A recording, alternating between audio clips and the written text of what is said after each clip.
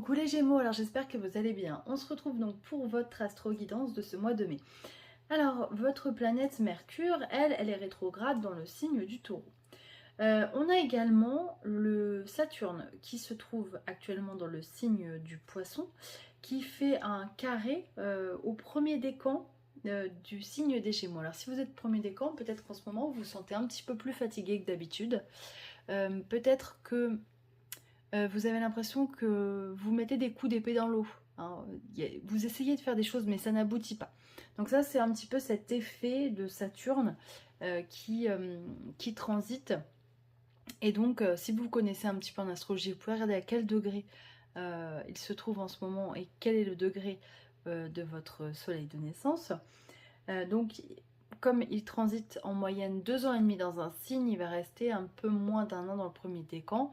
Donc on en a encore pour un petit moment. Amis Gémeaux, premier décan. Et enfin Mars qui se trouve dans la planète, dans le signe du Cancer. Et donc forcément, quand elle est dans un signe d'eau, bah vous, ça ne vous convient pas non plus. Donc peut-être que vous vous sentez un petit peu plus fatigué que d'habitude. Alors on va voir hein, ce que ça donne en termes de tirage. Alors, j'ai voulu faire un tirage en croix avec les lames majeures du tarot de Marseille pour voir un petit peu ce que ça nous donnait en termes d'ambiance. Donc là, c'est un petit peu l'état d'esprit du moment. On a eu la carte du soleil. Alors, même si peut-être certains d'entre vous se sont fatigués, j'ai l'impression qu'au niveau du moral, quand même, on est pas mal. Bah forcément, hein, le printemps revient, ça va bientôt être votre période d'anniversaire, donc je pense que peut-être voilà, le moral est meilleur qu'avant, puisqu'il y a eu des périodes plus compliquées hein, pour vous, notamment en cette fin d'année et début d'année. Alors ensuite, j'ai demandé quels étaient vos atouts pour réussir pour ce mois de mai. On a la carte du battleur. Moi, j'ai l'impression que vos atouts, c'est vraiment cette capacité que vous avez à tchatcher, à emmener les gens avec vous, votre énergie un petit peu volubile, votre canaillerie. Enfin, voilà, je trouve que vous êtes un signe qui est très, comment dire, bah, vous avez votre âme d'enfant, ce petit côté mutin et je pense vraiment que c'est un atout dont vous pouvez vous servir pour pouvoir avancer ce mois-ci. Alors, j'ai demandé un petit peu finalement quelles étaient les aides extérieures qu'on pouvait vous proposer ce mois-ci. On a eu la carte du pendu. J'ai l'impression qu'on vous invite peut-être soit à prendre conseil auprès de quelqu'un d'autre, une personne peut-être qui, comment dire, qui a des idées un petit peu peut-être différentes des vôtres, mais ce serait toujours intéressant d'aller prendre ce point de vue parce que ça va vous permettre de voir les choses sous un autre angle justement. Ou alors, vous-même déjà, prendre le temps de regarder les choses sous un autre angle. Mais j'ai l'impression qu'il y a vous allez recevoir des informations qui je sais pas, qui vont arriver de manière non conventionnelle. Et ensuite, donc au niveau du résultat, on a eu la carte de l'empereur, donc j'ai l'impression quand même que c'est un mois qui va vous demander quand même des efforts, hein, certains, pour pouvoir accrocher le wagon, vous savez, hein, repartir sur de bons rails.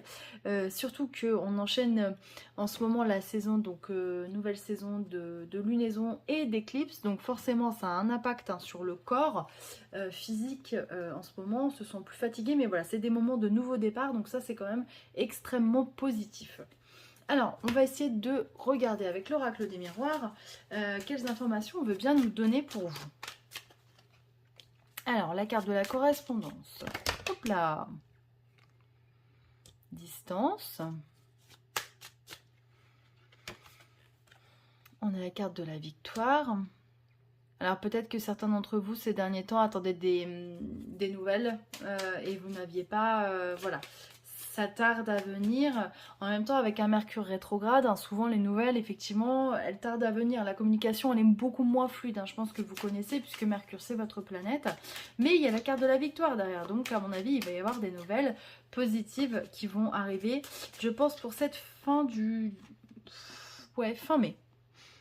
Projection. Et ces nouvelles, vous en aviez besoin parce que ça va vous permettre de vous projeter. Alors, on va voir dans quoi.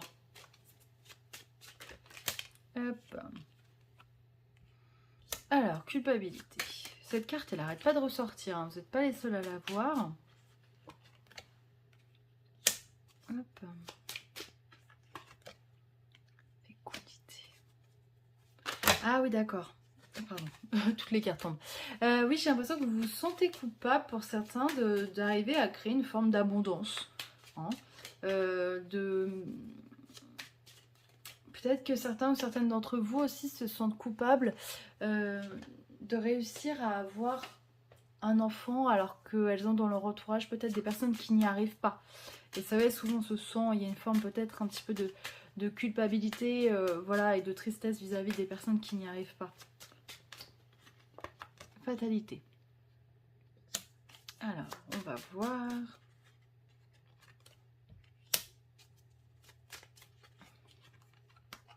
Ouais, je pense que c'est vous allez avoir de nouvelles de, je sais pas, de quelque chose que vous avez entrepris dans le passé, mais il y a peut-être plusieurs temps, plusieurs mois, ou alors des nouvelles d'une personne du passé.